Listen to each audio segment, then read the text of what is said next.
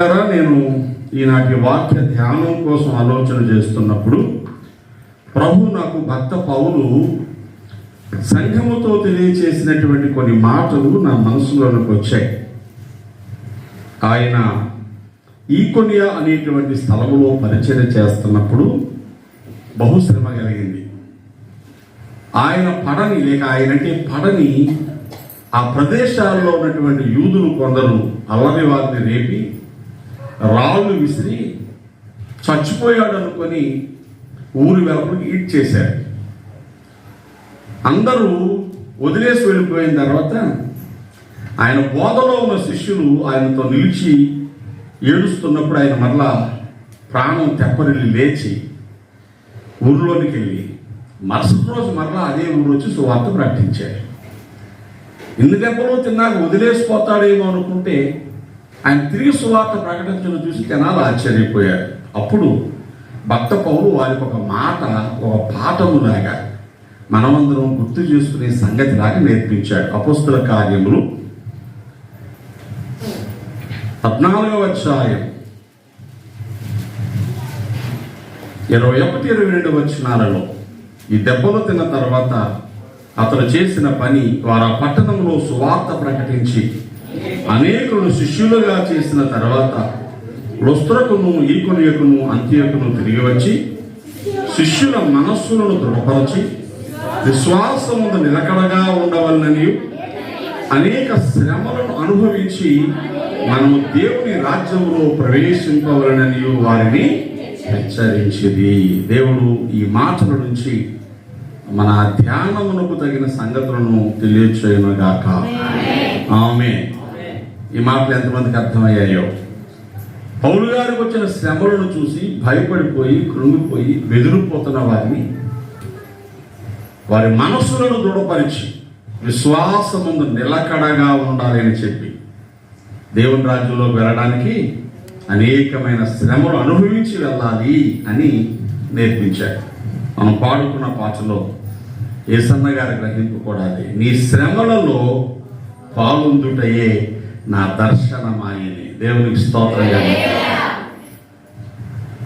శ్రమలలో పాలు పొందకపోతే ఆయనకు వారసులము కాలేము. ఈ సంగతి ఈ మనసులో పెట్టుకోవాలి. దైవలేఖనంలో రోమాపత్రికలో 8వ అధ్యాయములో ఆత్మానుసారులైన వారు, దేవుని చేత నడిపించబడేవారు, దేవునికి వారసులుగా ఉండగోరు వారు ఇలా ఉండాలి అని చెప్పబడింది. 17వ వచనం 8వ అధ్యాయం. మనము పిల్లలమైతే వారసులము, అనగా దేవుని వారసులము, క్రీస్తుతో కూడా మహిమ పొందుటకు ఆయనతో శ్రమ పడిన ఎడల. ఆ మాట అండర్లైన్ చేసుకోవాలి. దైవాత్మ గలవారము, నో డౌట్. ఆయనే మనం ఆయన పిల్లలమని సాక్ష్యం ఇచ్చాడు, మహాభాగ్యం. ఆయన మహిమకు మనం వారస్తున్నాం. దేవునికి స్తోత్రం కలగాలి. ఏమంటే ఎవరు మనం? ఆయన మహిమకు వారస్తున్నాం. పిల్లోడు చిన్నోడో పెద్దోడో ప్రక్కన పెడితే వాడు ధైర్యంగా చెప్పుకుంటాడు, మా నాన్నకున్నదంతా నాదే. ఈ లోకంలో ఉన్న ₹10 పావులాగా ఎలా చెబితే మరి నా నాన్నకున్నదంతా నాదే చెప్పుకోండి ఒకసారి. మా నాన్నకున్నదంతా నాదే. ఏముంది ఆయన దగ్గర? ఏముంది అని అడగకూడదు, అసలు ఏమి లేదు అని అడగాలి. దేవుని స్తోత్రం కలిగిన. దేవుని దగ్గర లేదని వాడు చెప్పండి చూద్దాం. అన్ని ఆయనలో ఉన్నాయి, అన్ని ఆయన ద్వారా ఉన్నాయి, అన్ని ఆయన యందు ఉన్నాయి, అవన్నీ నావే. దేవునికి స్తోత్రం. పెద్ద కుమారునితో తండ్రి ఏమన్నాడు, కుమారుడా నువ్వు మేకపిల్ల కోసం అలిగి కూర్చున్నావేంటి? నాతో ఉన్నావు కదా, నావన్నీ నీవే. దేవునికి స్తోత్రం. వినడానికి ఎంత బాగుందో. కానీ ఎప్పుడు అవుతాయి అవన్నీ మనవి? ఆయనతో పాటు శ్రమ పడిన ఎడల. దేవునికి స్తోత్రం. ఈరోజు క్రైస్తవ్యము ఆయనతో శ్రమ పడ్డానికి ఇష్టపడలేదు, కానీ ఆయన ఆశీర్వాదాలన్నీ కావాలని కోరుకుంటుంది. It is not a true Christianity. ఆది కాలం ముందు సంఘానికి ఆయన కొరకు శ్రమ పడాలి అని నేర్పించారు. ఆది కాలంలో సంఘము ఆయనతో శ్రమ పడ్డానికి సిద్ధపడింది. నేను త్వరగా ఈరోజు ఓన్లీ వాక్యమే చూపించాలనుకుంటున్నాను. ఆ దినాలలో విశ్వసించిన వారందరూ దేవుని కోసం సాక్ష్యాన్ని చెబుతూ ప్రభునామ మహిమార్థమై భక్తి జీవితాన్ని జీవిస్తున్నప్పుడు చాలా శ్రమలు వచ్చాయి. సభల్లోకి పిలువబడ్డారు, కొట్టబడ్డారు, యేసునామాన్ని బోధించకూడదు అని హెచ్చరిక చేయబడ్డారు. వాళ్ళు ఎన్ని శ్రమలు పడ్డా వాళ్ళు ఏమని ఫీల్ అయ్యారో తెలుసా? ఇలా చూడండి, అపోస్తల కార్యములు 5వ అధ్యాయము 40వ వచనం. వారు అతని మాటకు సమ్మతించి అపోస్తలులను పిలిపించి కొట్టించి యేసునామమును బట్టి బోధింపకూడదని ఆజ్ఞాపించి విడుదల చేసిరి. భలే ఉంటదనే మాటలు. వారిని విడుదల చేశారనే మాట ఎంత సంతోషంగా ఉందో. విడుదల చేయడానికి ముందు 3 మాటలు ఉన్నాయి. కండిషనల్ బెయిల్ అంటానే, షరతులతో కూడిన విడుదల. ఏమన్నారు? వారిని పిలిపించి కొట్టించి ఆజ్ఞాపించి విడుదల చేశారు. దేవునికి స్తోత్రం. ఇంటికి పిలిచి బిర్యానీ పెట్టి అన్నట్టు ఉంది. మీకు తెలుసా ఇవాళ బిర్యానీ డే? ఏంటే బిర్యానీ డే. ఆఫ్ఘనిస్తాన్ నుంచి, మొఘలుల నుంచి భారతదేశానికి బిర్యానీ వచ్చింది. బిర్యానీ మంద కాదు, మా దేశం, మా సంస్కారం, మా సంప్రదాయం అన్న వాళ్ళందరూ కూడా బిర్యానీ చేస్తున్నారు. ఇవాళ బిర్యానీ మానేయాలి. బిర్యానీ మంద కాదు అసలు. బిర్యానీ వాళ్ళది, తురకోది. అక్కడి నుంచి వచ్చింది బిర్యానీ. మన పులిహోరే. దేవుని స్తోత్రం కలుగుతాయి. ఇప్పుడు పులిహోర పెడితే పెళ్లి సీప్ అయిపోయింది. బిర్యానీయే గొప్ప అయిపోయింది. బిర్యానీ డే. వీళ్ళు పిలిచి బిర్యానీ పెట్టారా? ఏం పెట్టారండి? తెలుగు వాళ్ళకి ఇవాళ స్పెషల్ తెలుసా మీకేంటో? ఎవరు చెప్తారు? మర్చిపోయారండి. తొలి ఏకాదశి. ఏదశి? తెలుగు పండుగలో మొదటి పండుగ ఇవాళే. ఇవాళ మాంసం తినకూడదు, మందు తాకూడదు, ఎవరితో గొడవడకూడదు, నచ్చిన దేవుడికి వెళ్తే గుడికి వెళ్ళి దండం పెట్టుకోవాలి, కొత్త ధాన్యంతో పరమాణం వండుకొని తినాలి. మీకు తెలిసే ఇలాంటి తెలీదా? దేవుడికి స్తోత్రం కలుగుతాయి. మంచి రోజు, రోజులన్నీ మంచియే మనం మంచిగా ఉన్నప్పుడు. దేవుని స్తోత్రం కలుగుతాయి. మనం మంచిగా లేకపోతే ప్రతిరోజు చెడ్డదే. నోరు మంచిదైతే ఊరు మంచిది. ఇప్పుడు వీళ్ళు పిలిపించి ఏం చేశారు? పండుగ చేశారా? పిలిపించి కొట్టించి ఈ నామాన్ని బట్టి ఎక్కడా మాట్లాడదని ఆజ్ఞాపించి విడుదల కలగజేస్తే, అమ్మయ్య తప్పించుకున్నావురా బాబు అని వచ్చేసి సైలెంట్ ఇంట్లో ఉన్నారండి. వీళ్ళు ఏం చేశారు తెలుసా? 41వ వచనం. ఆ నామము కొరకు అవమానము పొందుటకు పాత్రులని ఎంచబడినందున వారు సంతోషించుచు. ఈ మాటలు చదువుతుంటే నా శరీరం మీద వెంట్రుకలు నిలబడుతున్నాయి. గూస్ బంప్స్ అంటారు కదా. ఆ రోజు భక్తుల యొక్క గ్రహింపు ఎలా ఉందో చూడండి. మేము యేసు నామము కొరకు అవమానము పొందుటకు, గౌరవానికి పాత్రలు కాదు వాళ్ళు. దేనికి పాత్రలు ఎంచుకున్నారు? ఎవరైనా మమ్మల్ని తిడితే, ఎవరైనా మమ్మల్ని అవమానపరిస్తే, ఎవరైనా మమ్మల్ని అసహించుకుంటే, అందుకే మేము దేవుడిని నమ్ముకున్నాం. దేవుడి స్తోత్రం కలిగిన కాన్సెప్ట్ అండి. ఎందుకో చెప్పనా? ఒక సీక్రెట్ ఉంది. మత్తయి సువార్త 5, 11, 12 ఏముంది తెలుసా? నా నిమిత్తము జనులు మిమ్మల్ని నిందించి, హింసించి, అబద్ధముగా మీ మీద చెడ్డ మాటలెల్లా పలుకున్నప్పుడు మీరు ధన్యులు, సంతోషించి ఆనందించండి, పరలోకమందు మీ ఫలము అధికమగును. దేవునికి స్తోత్రం. దేవుడు వరం ఇచ్చాడు అనుకోండి, నువ్వు తిట్టు తింటే 1000 రూపాయలు, ఓ దెబ్బ తింటే 10,000 నీ అకౌంట్లో పడతాయని. అప్పుడు ఏమంటావు? ఎవరన్నా తిడితే ఇంకోటి తిట్టు, ఇంకోటి తిట్టు, ఎవరన్నా కొడితే ఇంకోటి కొట్టు. ఎందుకు? తిట్టుకు పోయా దెబ్బకు 10,000 అకౌంట్లో క్రెడిట్ అయిపోతున్నాయి. అలాంటి అవకాశం ఏదైనా ఉంటే తిడతా ఉంటే మనం సంతోషపడిపోతూ ఉంటాం. సూపర్ సూపర్ సూపర్, అవునా? ఇప్పుడు పరలోకమందు మీ ఫలం అధికమవుతుంది ఎప్పుడు? ఎవరైనా మిమ్మల్ని నా నిమిత్తము శ్రమ పెడితే, హింస పెడితే, నా నిమిత్తం మీరు బాధపరిస్తే, యా బ్లెస్. దేవునికి స్తోత్రం. ఇంకా వాళ్ళకి అర్థమైపోయింది. మనకో బైబిల్ పడుతూ ఉంటే వాళ్ళు తిట్టారండి, మా ఇంట్లో అవమానపరిచారండి, అప్పటి నుంచి బైబిల్ పట్టుకోబుద్దే లేదండి, ప్రార్థన చేసుకోబుద్దే లేదండి, కొడుకు రాబుద్దే లేదండి.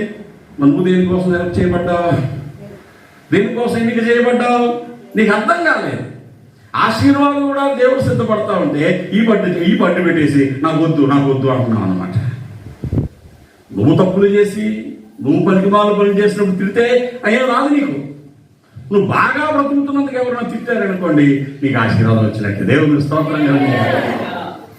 వాళ్ళు ఈ నామము నిమిత్తము అవమానం పొందుటకు పాత్రులను ఎంచబడినందున ఎలాగెళ్ళింటికి సంతోషించుచు మహాసభ నుండి వెళ్ళిపోయి, ఇప్పుడు చూడండి, ఇంతకుముందు వారానికి ఒకసారి కలిసేవారు కాబట్టి ఇప్పుడు ప్రతిదినము దేవాలయంలోను ఇంటింట మానక బోధించుచు యేసే క్రీస్తుని ప్రకటించుచుండి. గట్టిగా చప్పలు కొట్టండి ఒకసారి. ఇప్పుడు వారానికి ఒకసారి వెళ్ళారు అనుకోండి, తిట్లు తిన్నాక ఎప్పుడు వెళ్తున్నారు? ప్రతిరోజును. ఇంతకుముందు గుడికే వెళ్ళేవారు, ఇప్పుడు ఎక్కడికి వెళ్తున్నారు? ఇంటింటాను. ఇంతకుముందు ఎప్పుడైనా ఒకసారి చెప్పేవారు యేసే దేవుడిని, ఇప్పుడు మానక చెబుతున్నారు. అంటే ఆగకుండా చెప్తారు కనపడే ప్రతి ఒక్కరికి. దేవుని స్తోత్రం. నేను ప్రయాణం చేస్తున్నాను చాలా దూరం. అమ్మా నేను రెస్ట్ తీసుకోవచ్చు కదా, రెస్ట్ తీసుకోవాలి కదా, తిరగొద్దు కదా, అందరూ నన్ను అంటూ ఉంటారు. వాస్తవానికి ఇప్పుడు నేను ఎక్కడికి వెళ్ళకపోయినా కూడా హ్యాపీగా బ్రతికేయచ్చు. చక్కగా రోజు ఒక ఇంటికి వచ్చి మీ ఇంటికాడ కూర్చొని 1/2 గంట 4 మాటలు చెప్పి ప్రార్థన చేస్తే, ఉదయం టిఫిన్ మీ దగ్గరే, మధ్యాహ్నం భోజనం మీ దగ్గరే, ఆ తిని పిడుగులు మీరు పెట్టలేండి. పైగా సంతోషపడిపోతారు డాడీ మా ఇంటికి వచ్చారని. అవునా? 30 మంది ఉంటే చాలా నెల అయిపోతుంది. మళ్ళీ మీ ఇంటికి రాబోతుకి నెల అవుతుంది. నెలకోసారి పిడికి అన్నం పెట్టలేరా? హ్యాపీగా బ్రతికేయచ్చు. ఏం అక్కర్లేదు నాకు. కానీ ప్రాణం ఉంది కనుక, ప్రభు బ్రతికించి ఉంచాడే కనుక, ఇంకొకళ్ళు ఎవరినో కొత్త వాళ్ళు కలుస్తాను, ఇంకెవరికైనా కొత్త వాళ్ళు ఒక మాట చెప్తాను, ఇంకెవరైనా కొత్త స్థలంలో అడుగుపెట్టి వాళ్ళని ఆశీర్వదిస్తాను, ఇంకే స్థలంలో అయినా దేవుని కోసం ప్రకటిస్తానని పని కల్పించుకొని కూడా పరిగెడుతూ ఉంటాను. దేవుని స్తోత్రం కలుగుగా.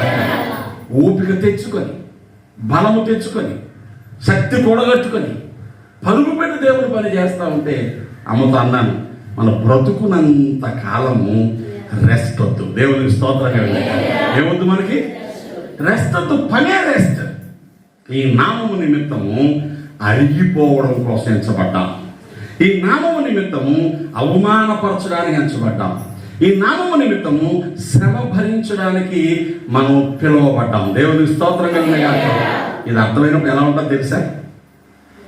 శ్రమ లేదనుకోండి, కష్టం రాలేదనుకోండి, అయినా వదిలేసావా?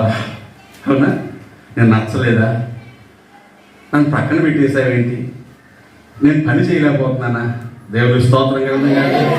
అందరినీ పిలిచేస్తున్నారు. చూడు, కోతకు పిలుస్తారు సార్, కొత్తరా ఉడికొత్తారా రేపు పిలుస్తారు కదా. ఆ పక్కింటి వాళ్ళు పిలిచి ఈ పక్కింటి వాళ్ళు పిలిచి మధ్యలో పిలవతే ఏమనుకుంటుంది?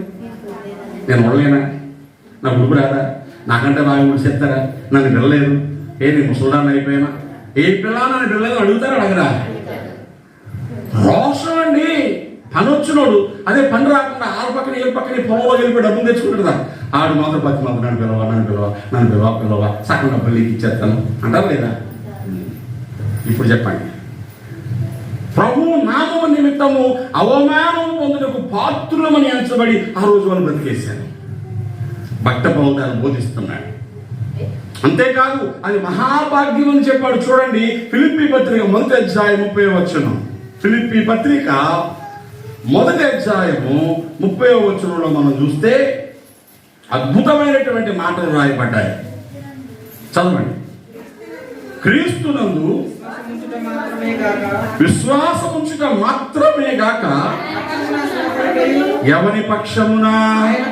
మనం అందరం చెప్తాం దేవుని నమ్ముకున్నామండి అంటే, కొంతమంది అబ్బాయి మీరు ఎంత గొప్పోళ్ళు, మీరు ఎంత భాగ్యవంతులో, ఆ బాబుని నమ్ముకున్నారా, మీ జీవితం ఎంత ధన్యమైందో అంటా ఉంటే, నిజమేనమ్మా యేసుప్రభుని నమ్ముకుంటే అంత బాగుంటుందని చెప్తాం మనం. యేసులో విశ్వాసం ఉంచడం గొప్ప సంగతే.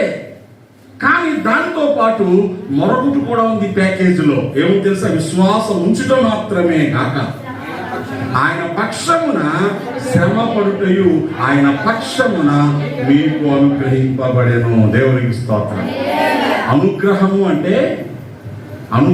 అంటే వరం. దేవుని స్తోత్రం.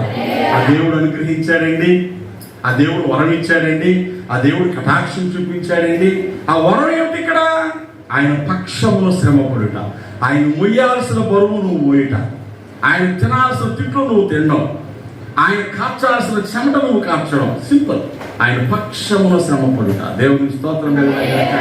నేను అప్పుడప్పుడు చెప్తాను, పిల్లలు చూడండి, అమ్మ గిన్నెలు తోముతా ఉంటే ఆ చిన్నది 5-6 సంవత్సరాల పిల్ల అది కూడా వెళ్ళిపోయి అది తోముతుందో ప్రదర్శిస్తుందో ఐ డోంట్ కేర్. వాళ్ళమ్మ మట్టి కడుగుతుంది, ఇదేం చేస్తుంది, ఆ గిన్నెల నిండా మట్టి చేస్తుంది, తోమడానికి ట్రై చేస్తుంది. ఇప్పుడు దాని హృదయంలో మట్టి రాస్తుందా తీస్తుందా పక్కన పెడితే అమ్మ చేసే పని చేయడానికి ట్రై చేస్తుంది. దేవుని స్తోత్రం.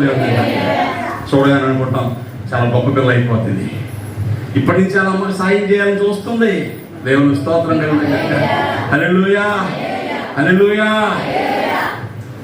ముందే ఒక మాట చెప్పింది మన మధ్యరాత్రి 12 గంటలకి ప్రిన్స్ ఏడుస్తున్నాడు. అలా మలిసిపోయింది పాపం, అత్తకు సేవ చేసి మా ఇంట్లో పనులు చేసి ఈ పిల్లలు బలహీనరాలుగా ఉండి సేవ చూసుకొని ఆ నాన్న ఆసుపత్రిలో ఉన్నాడు. ఈ చిన్నపిల్లలతో ఈ అమ్మాయి ఒకటే ఉంది.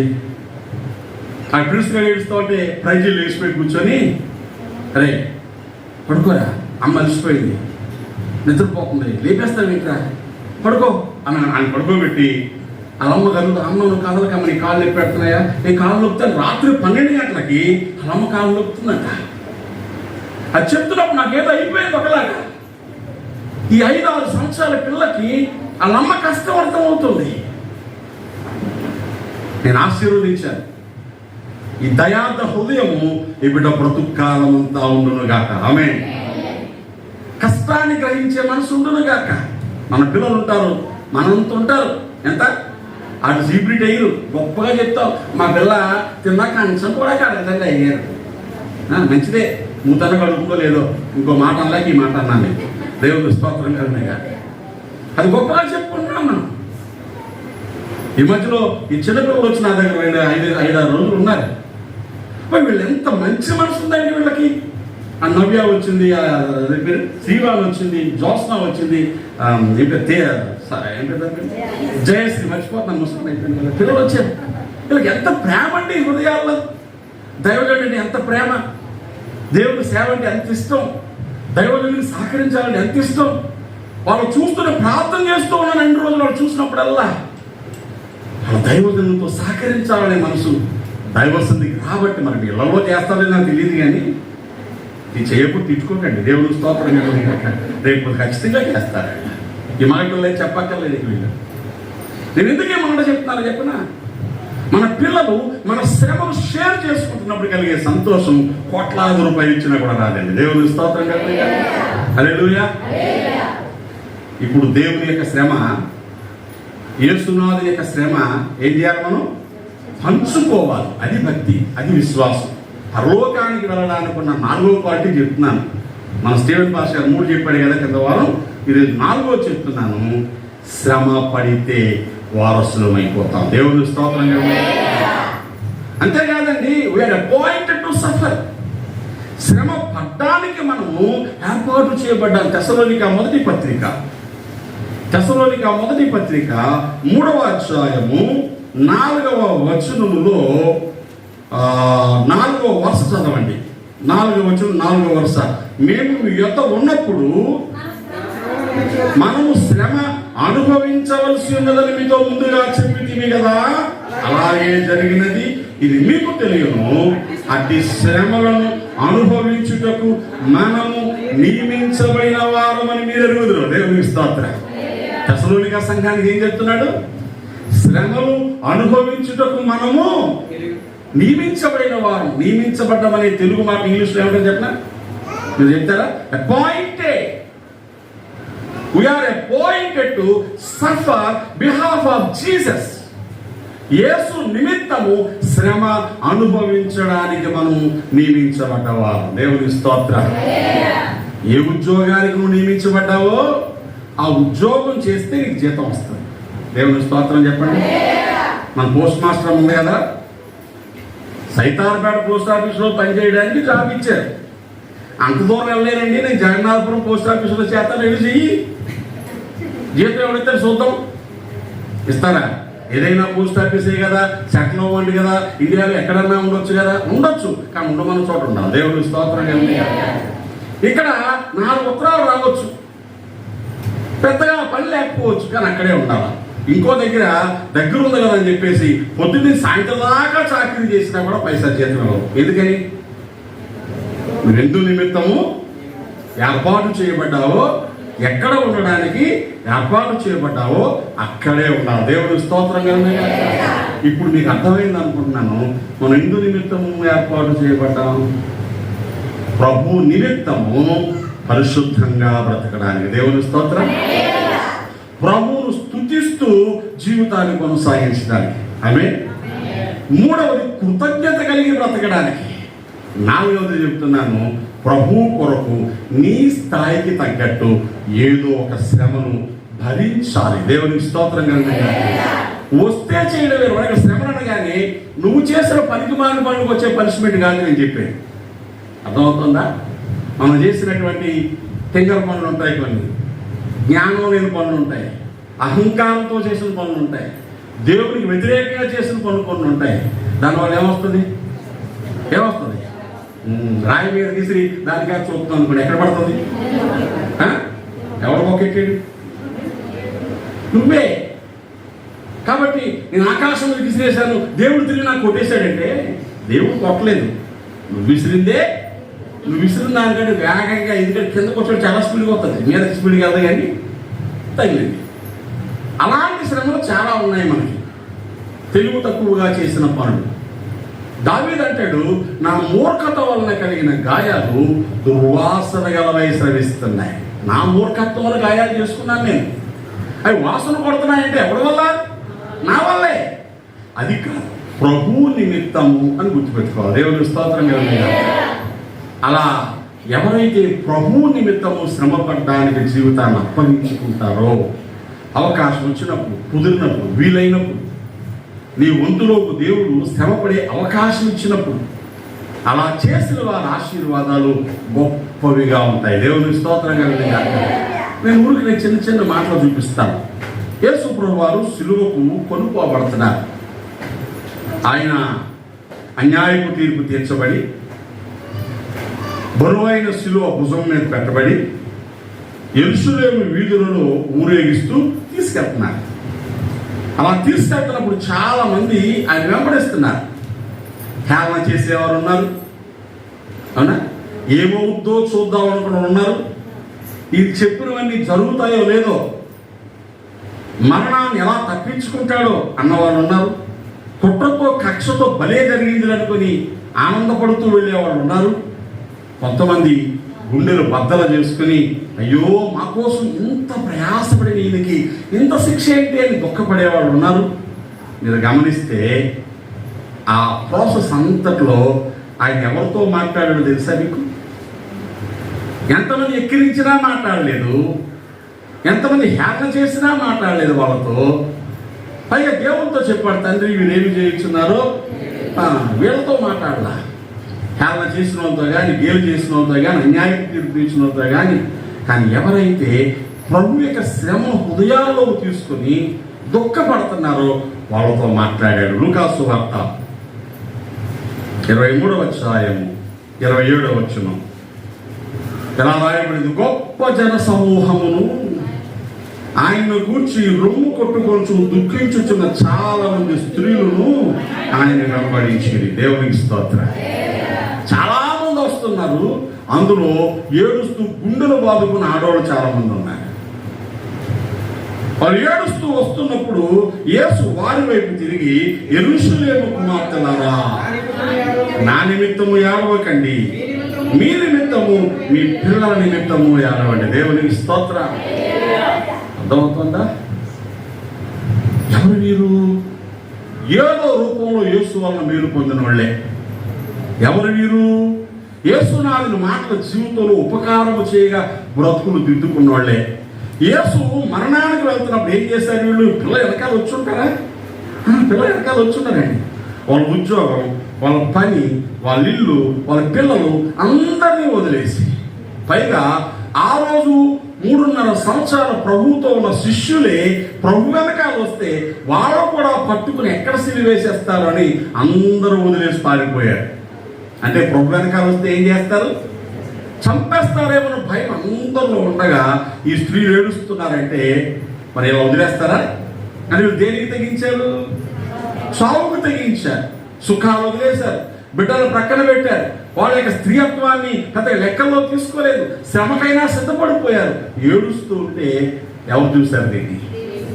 ఇంత శ్రమలో ఉండి కూడా యేసు చూసి, యెరూషలేము కుమార్తెలారా నా నిమిత్తం ఏడవకండి. దేవుని స్తోత్రం.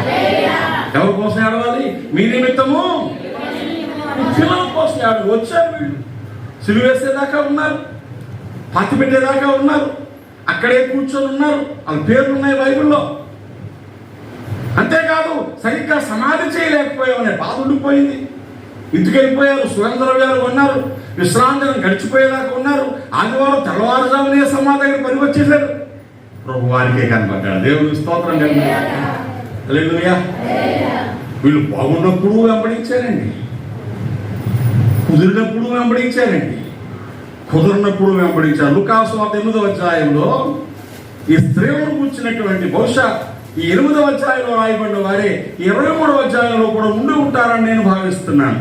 8వ అధ్యాయంలో మీరు చూస్తే రాయబడిన మాటలు ఉన్నాయి. ఇక్కడ 2వ వచనం, యేసు వెనకాల 12 మంది శిష్యులను, అపవిత్రాత్మను, వ్యాధులను పోగొట్టబడిన కొందరు స్త్రీలను, అనగా 7 దయ్యములు వదిలిపోయిన మగ్దలేనే మరి అనబడిన మరియయు, హేరోదు యొక్క గృహ నిర్వాహకుడు కూజ భార్యకు యోహన్నయు, సూసన్నయు ఆయనతో కూడా ఉండిరి.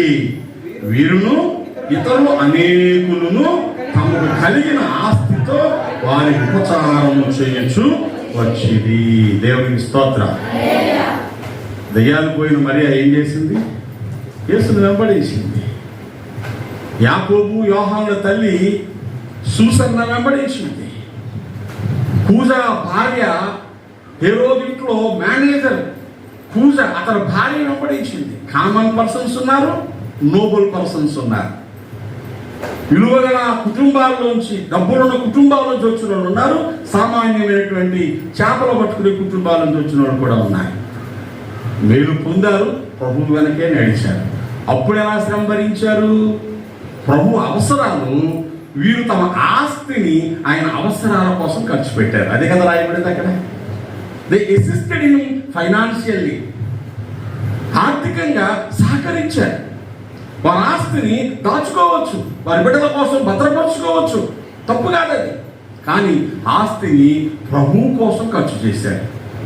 ఇది కూడా శ్రమలో పొందటమే. ఇప్పుడు అవకాశం లేదు. ఇప్పుడు డబ్బులు ఇచ్చి ఆయన శిలువ యొక్క బరువు తగ్గించలేదు, డబ్బులు ఇచ్చి చావును ఆపలేదు. కానీ ఇప్పుడు ఏం చేస్తున్నారు? ఆయన కోసం గుండెలు పగిలేలాగా ఏడుస్తున్నారు. దేవుని స్తోత్రం. అంటే మనం ఏం చేయొచ్చు? ఆయన శ్రమలో పాలుపొందులు పొందడానికి శారీరకంగా సహకరించవచ్చు, ఫిజికల్లీ. ఆయన పని కనబడితే దాన్ని పంచుకొని చేయొచ్చు. దేవుని స్తోత్రం. ఆయన చేయాల్సిన పనిని మనం చేయొచ్చు. భక్త పౌలు ఇలాంటిది ఒక మాట చెప్పాడు చూడండి. ఒక్కసారి మీరు చూడగలిగితే ఈ వాక్యం దగ్గర మరలా వద్దాం. కొలస్సీ పత్రిక 1వ అధ్యాయము, కొలస్సీ పత్రిక 1వ అధ్యాయము 24వ వచనంలో కొలస్సయలో ఉన్న సంఘానికి ఉత్తరం రాస్తూ ఇలా చెప్పాడు పౌలు గారు, ఇప్పుడు నేను అనుభవించుతున్నా. అంటే అర్థమేంటో? అర్థమేంటి? పౌలు గారు కొలస్సయ సంఘం కోసం శరీరంలో శ్రమలు అనుభవిస్తున్నాడా? ఏ శ్రమలు అనుభవించాడు? కొలస్సయ సంఘములో భక్తులకు గ్రహింపు బాగా ఉండాలని, ఒకరికొకరు ఐక్యంగా ఉండాలని, ప్రేమలో స్థిరపడాలని, నిరంతరము ప్రభు సన్నిధిలో పోరాడుతున్నానని 2వ అధ్యాయం 1-2 వచనాల్లో చెప్పాడు. ఇంటికి చదువుకోండి. నిరంతరము పోరాడడానికి కొంత టైం ఖర్చు పెట్టాలి వద్దా? మోకాళ్ళ మీదకి వెళ్ళాలి, భోజనం మానేడు, శరీరాన్ని చిక్కుపోయేలా ఉపవాసాలు ఉన్నాడు, కన్నీరు కార్చాడు. ఏంటయ్యా నీకు శ్రమ అంటే, ఆ సంఘము కోసం నేను ప్రార్థన చేస్తాను అన్నాడు. కొన్నిసార్లు వాళ్ళ కోసం ఏదైనా వాక్యాన్ని చెప్పడానికో, బోధ చేయడానికో, వారిని చూడడానికో ప్రయాణం చేయాల్సి వస్తే ఈరోజు ఈ భూమి చివరి నుంచి ఆ చివరి విమానంలో జాంబని 24 గంటలు వెళ్ళిపోవచ్చు. మరి ఆ రోజు కాలినడకన ప్రయాణం చేయాలి, కంచర గాడిదల మీద ప్రయాణం చేయాలి.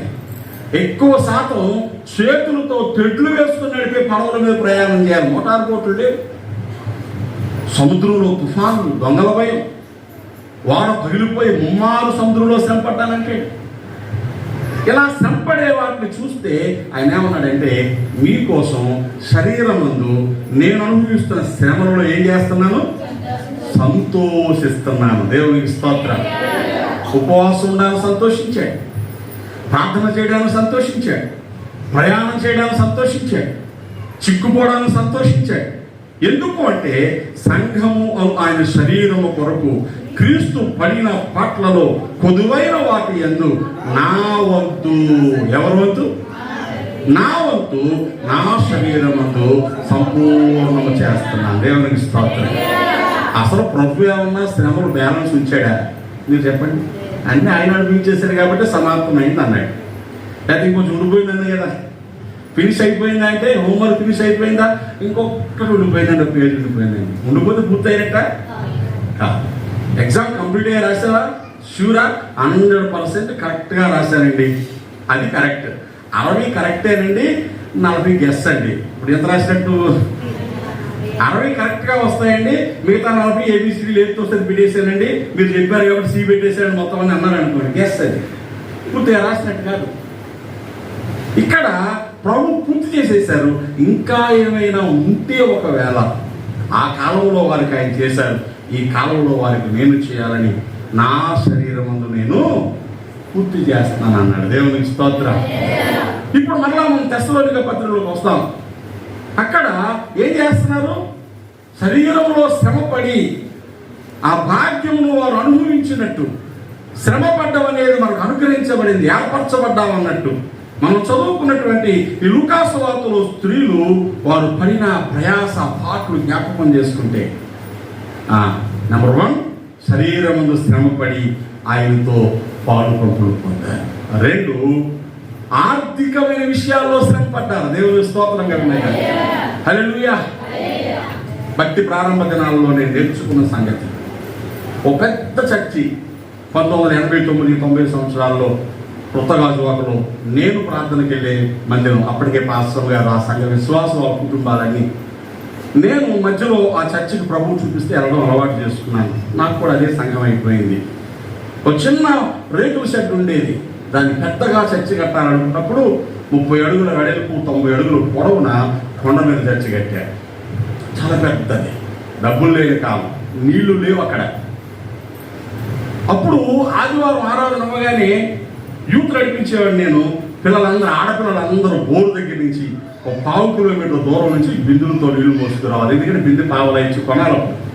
చర్చి కట్టడానికి ఈ ఆడపిల్లలందరూ నీళ్లు ఒక పెద్ద కుండీ కట్టి దాని నిండా మోసేవారు. మగపిల్లలు ఆరా పలుగు పట్టుకొని ఆ కొండ రాళ్ళు తవ్వేవాళ్ళు, గోతులు తవ్వేవాళ్ళు. మాకు తోచినది మేము. ఆ చర్చికి వచ్చే పెద్దలు షిప్ యార్డ్ కంపెనీలో, డాక్ యార్డ్లో కొంత ఉద్యోగస్తులు ఉండేవారు. వారు డ్యూటీ చేసుకుని వచ్చేసి మరలా ఇంటికి వెళ్ళే వరకు అక్కడ వెల్డింగ్ పనులు అవి చేస్తూ ఉండేవారు. వాళ్ళకి వచ్చిన పని వాళ్ళు చేసేవారు. తర్వాత వాళ్ళందరూ ఒకరోజు శనివారం ప్రార్థనలో కూర్చొని ఒక తీర్మానం చేసుకున్నారు, ఈ మందిరం పని పూర్తయ్యే వరకు మన జీతాలు చిన్నవి, మనం దేవునికి ఇచ్చే విషయాల్లో మనం ఇవ్వాల్సింది ఇచ్చేస్తున్నాం, అయినా చాలలేదు. కాబట్టి మనం ఏం చేద్దామంటే ఈ మందిరం పని పూర్తయ్యే వరకు మన ఇళ్లలో పిల్లలకి కొత్త బట్టలు కొనవద్దు. ఏమండి, వారం వారం మనం 1-2 సార్లు నాన్ వెజ్ తెచ్చుకుని తింటున్నాం కదా, ఆ మాంసం కూరలు మానేద్దాం. కుదిరితే ఇంకొకటి ఉపవాసం ఉండి ఆ డబ్బులు సేవకిద్దాం అని వాళ్ళందరూ చేతులతో చేసి ప్రార్థన చేయడం నేను చూశాను. దేవుని స్తోత్రంగా ఉన్నాయి. అద్భుతమైనటువంటి మందిరాన్ని కట్టారు. అది నాకు ఏమి నేర్పించిందంటే ఇలా కూడా దేవుని పని మనం చేయొచ్చు. దేవుని స్తోత్రంగా ఎలా చేయొచ్చు? ఇలా కూడా చేయొచ్చు. ఆర్థిక విషయాలలో అందరికీ లిమిట్స్ ఉంటాయి. మన సంపాదన 5,000, 6,000, 10,000, 20,000, 30,000 వారం స్తోమత చొప్పున ఉంటుంది.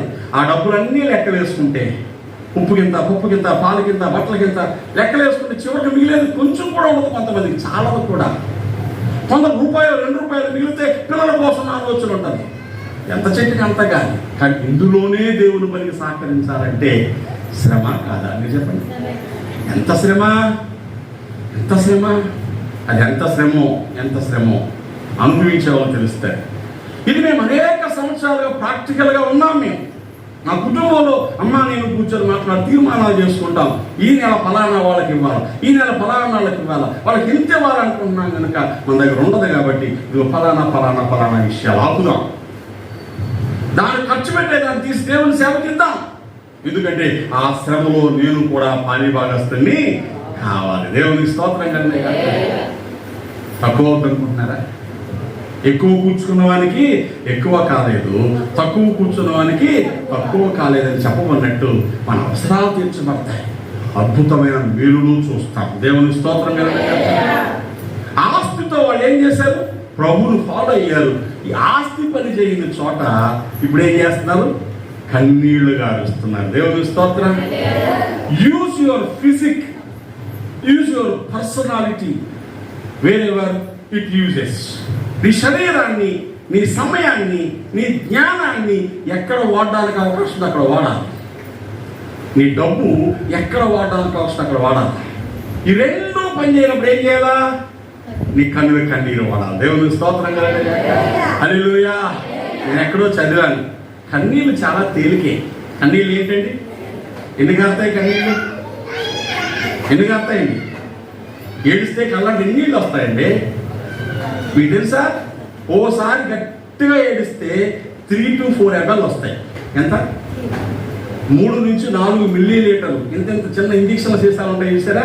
అలాంటివి 2 వస్తాయి గట్టిగా బాగా ఏడిస్తే.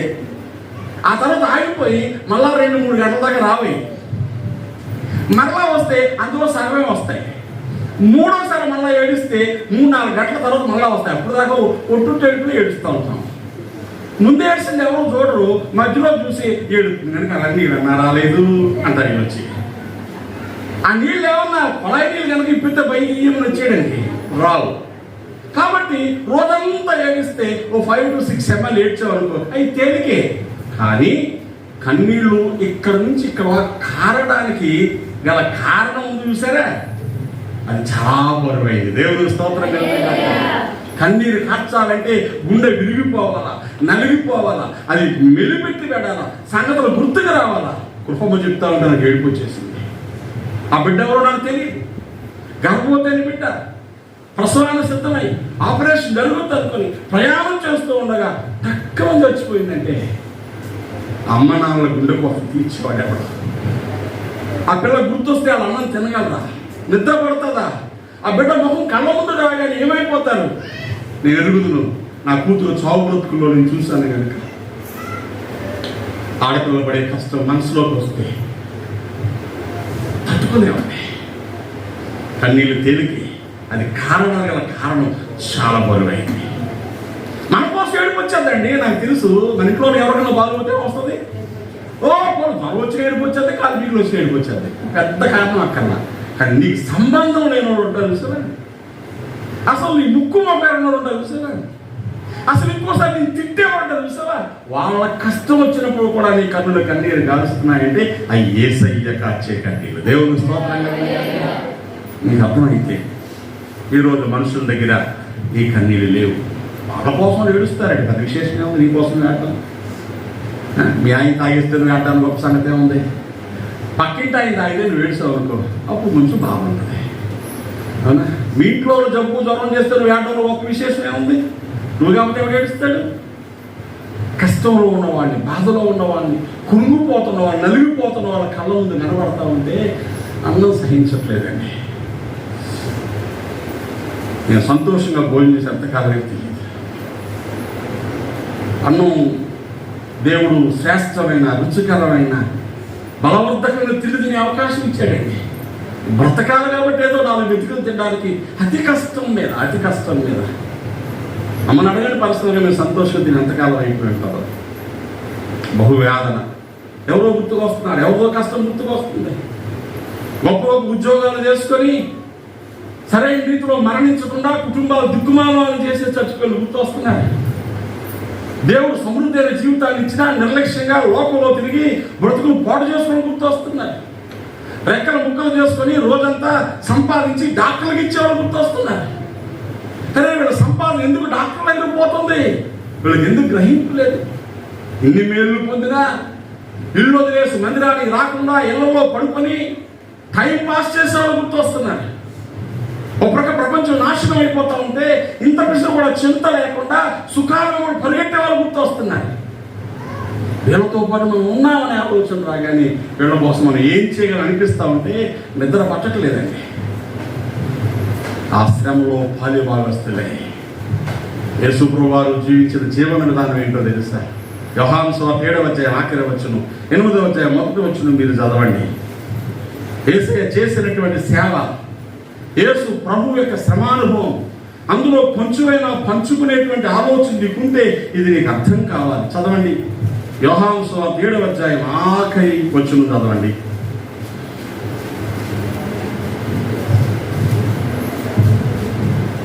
ఏం లేదా మీ దగ్గర? 7వ అధ్యాయము ఆఖరి వచనం, అంతటా ఎవరి ఇంటికి వారు వెళ్ళిరి. 8వ అధ్యాయం మొదటి వచనం. ఆ రెండు విడదీయడం వల్ల మనకు అర్థం కాలేదు. అధ్యాయాలు విడదీయక ముందు కలిపి ఉంటే ఎలా ఉంటుంది? పనంతా అయిపోయాక ఎవరింటికి వాళ్ళు వెళ్ళిపోయారు. యేసయ్య ఎక్కడికి వెళ్ళిపోయాడు? ఏమీ ఇల్లు లేదా? యేసయ్యకి ఇల్లు లేదా అండి? అందరి ఇంటికి అయితే కొండగెత్తికి వెళ్ళాడు. అందరూ ఎవరి పిల్లల దగ్గరికి వాళ్ళు, ఎవరి భార్యల దగ్గరికి వాళ్ళు, ఎవరి భర్తల దగ్గరికి వాళ్ళు, ఎవరు సంతోషాలు సుఖాల దగ్గర వాళ్ళు పోతే ఈయన ఒంటిగా కొండ మీదకి వెళ్ళిపోయి వేదనతో కన్నీళ్లు గార్చాడు. నశించిపోతున్న ప్రజల కోసం, దేవునికి దూరం అయిపోయిన ఇశ్రాయేలు జనాంగం కోసం, పాప భావం చేత అణిగిపోతున్న వాళ్ళ కోసం రాత్రి అంతా అంగలార్పు చేసేవాడు ఆయన. లూకా సువార్త 21వ అధ్యాయానికి రండి. లూకా సువార్త 21వ అధ్యాయం 37వ వచనం చూద్దాం. ఏం రాయబడిందో తెలుసా? ఒక రోజు 2 రోజుల ఈ ప్రాసెస్. ఆయన ప్రతి దినము పగటి యందు దేవాలయంలో బోధించుచు, రాత్రి వేళ ఉదయకుండా వెళ్ళుచు కాలము గడుపుచుండెను. దేవునికి స్తోత్రం. పగలేమో దేవాలయంలో బోధించాడు, రాత్రులు కొండకెళ్ళి కన్నీళ్లతో కాలం గడిపాడు. నా యేసయ్య శ్రమ నీ కళ్ళ ముందు కనిపిస్తే, ఆయన చేస్తున్న ప్రార్థన అంగళార్పు శబ్దం నీ చెవుల్లో వినబడతా ఉంటే, కళ్ళు మూసుకున్నా తెరిచినా ఆయన మోకాళ్ళ మీద గుండెలు బాదుకుని ఏడుస్తున్న దృశ్యం కనబడతా ఉంటే, ఆ శ్రమలో కొంచెమైనా పాలు పంచుకోవడానికి నువ్వు సిద్ధమైపోతావు. లోకం నాశనం అయిపోతుంది. విచిత్రమైన సంగతులు జరుగుతున్నాయి. ప్రపంచంలో విపరీత ద్వారాలు కనిపిస్తున్నాయి.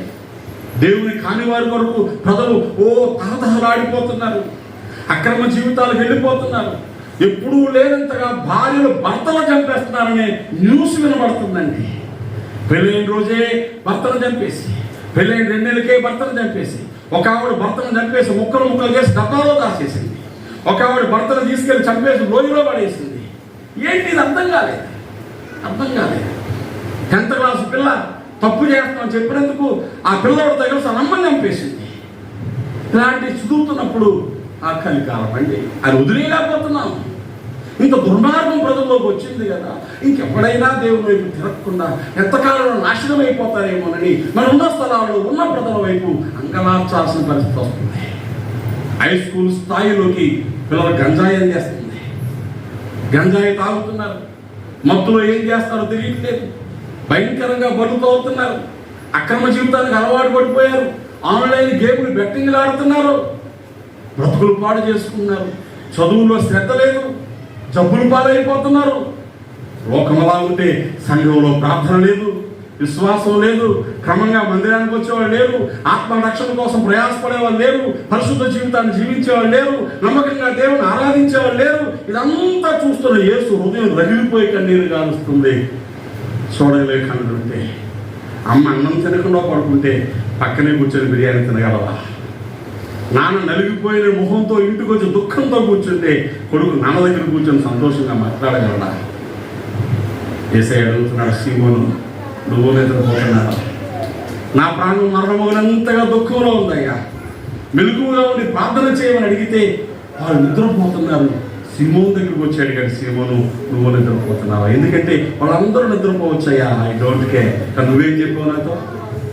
ఏం చెప్పావు? చెరకైతే చెరకు, మరణానికైతే మరణానికి నీతో వచ్చేస్తాను ప్రభు అని చెప్పావు కదా. నేను ఎంత నమ్మానయ్యా నిన్ను? చెరకు మరణానికి రావద్దు, నేను దుఃఖపడతా ఉంటే ప్రక్కన ఉండలేకపోయావేంటి? నువ్వు నిద్రపోతున్నావేంటి? ఇప్పుడు చెప్పు, నువ్వు ప్రార్థన చేస్తున్నావు కదా, విజ్ఞాపన చేస్తున్నావు కదా, పరిశుద్ధంగా బతుకుతాను అనుకుంటున్నావు కదా, దేవుడు అంటే నాకు ఇష్టం అనుకుంటున్నావు కదా, నువ్వు ఎందుకు అలా అయిపోయావు? ప్రభు నీతోనే మాట్లాడతాడు. ఈ మాటలు వింటున్న స్నేహితుల సోదరి, ప్రియమైన దేవుని బిడ్డలారా, ఆయనతో శ్రమ పడే మనసు మనకు రావాలి. ఎంత పడతా ఉన్నది నీ స్తోమత, అబ్దుయ్యు నువ్వు చేయాల్సిన పని నువ్వు చేయాలి. శారీరకంగా ఆయన శ్రమను పంచుకో, ఆర్థికంగా ఆయన శ్రమను పంచుకో, ఆధ్యాత్మికంగా కన్నీళ్లు కాచి ఆయన శ్రమను పంచుకో. అప్పుడు ఆ శ్రమ పంచుకున్న వారికి తగ్గట్టుగానే భాగ్యం అనుగ్రహించబడతా. దేవుని స్తోత్రం. హల్లెలూయా, హల్లెలూయా. నా శ్రమలో నాతో కూడా పాలు పంచుకున్న మీరే, నా తండ్రి నాకు సింహాసనం అనుగ్రహించినప్పుడు నాతో కూడా కూర్చొని 12 సింహాసనాల మీద కూర్చొని ఇశ్రాయేలు జనాంగాన్ని తీర్పు తీరుస్తారని శిష్యులతో ప్రభు చెప్పిన మాట మనం స్వతంత్రించుకున్నాం. ఆయనతో శ్రమ పడిన ఎడల ఆయన మహిమలో వారసులం అయిపోతాం. ఈ ఆరాధన సమయంలో ఒక చిన్న మాట మనసులోకి రానిద్దాం. నీకోసం శ్రమ పడుతున్నా, ఓకే, నీ శ్రమ పడాలి. ఎవరు పడతాడు? ప్రభు కోసం పడే శ్రమ ఏంటో ఓసారి నీ మనసును అడుగు. ప్రభు నిమిత్తం ఏ శ్రమ పడుతున్నావు? ప్రభు నిమిత్తం నీ శరీరం ఏ శ్రమ పడింది? ప్రభు కోసం నీ జ్ఞానం ఏ శ్రమ పడింది? ప్రభు కోసం నీ డబ్బు ఏ శ్రమ పడుతుంది? ప్రభు కోసం నీ కన్నీళ్ళు ఏ శ్రమ పడుతున్నాయి? నువ్వు ఆలోచన చేస్తే ఎంతో కొంత ఎంతసేపు నీ ఇల్లు కోసం, పెట్రోల్ కోసం దుఃఖపడుతున్నావే, ఒక్కసారి ప్రభు మీదకు మారి చూడు, నీ శ్రమ తేలిక కాకపోతాడు. దేవుని స్తోత్రం. హల్లెలూయా. ప్రభు నిమిత్తమైన శ్రమ మన మీదకు తీసుకుంటే మనకున్న శ్రమలన్నీ రాలిపోతాయండి. దేవుని స్తోత్రం. ఆయన వెంబడించి వెళ్తా ఉంటే శుద్ధులం అయిపోతామండి. ఆయన వైపు వెళ్ళగానే ఈ పోరాటాలన్నీ జారిపోతాయండి. దేవుని స్తోత్రం. హల్లెలూయా. ఆశపడదాం ప్రభు సన్నిధిలో, ఆశపడదాం. మనం కొంచెం కాలం శ్రమ అనుభవించి ఆయన రాజ్యంలో ప్రవేశింపవలసి ఉన్నదని భక్త పౌలు సాక్ష్యం ఇచ్చాడు. నా శరీరం ముందు ఆ వంతు ఇంకేదైనా మిగిలితే నేను సంపూర్ణం చేస్తాను అన్నాడు.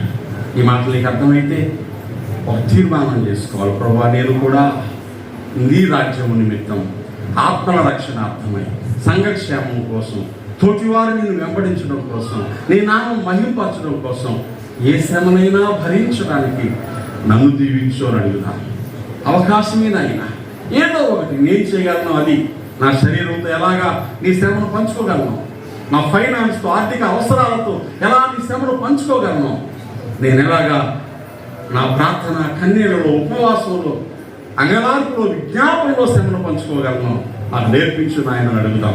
ఒక్క నిమిషం మట్టువారే మీ మనసు తెరిచి ప్రార్థన చేసుకోండి. ప్రభు మాట్లాడుతున్నాడు. నెమ్మదిగా ఇక్కడి నుంచి వెళ్ళిపోవద్దు. నువ్వు you have to verify yourself. పరిశీలించుకో ఒకసారి. ఏది నీ శ్రమ? ఫలానాది ప్రభువు నిమిత్తం శ్రమ పడుతున్నానని చెప్పగలవా? ఆయన నిమిత్తం నింద నా మీద పడిందని చెప్పగలవా?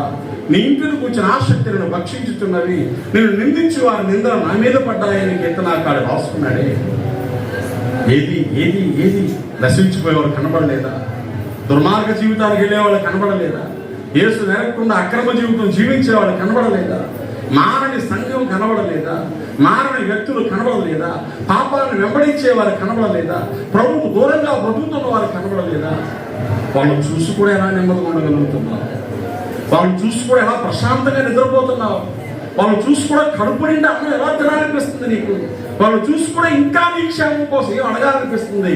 నీకు ఇచ్చింది చాలదా? దేవా, నీ శ్రమను పంచుకోవడం నేర్పించి. నువ్వు ఒక్కడ ఏడుస్తున్నావు, నీ ప్రక్కన నేను కూడా కన్నీరు కాచడం నేర్పించి.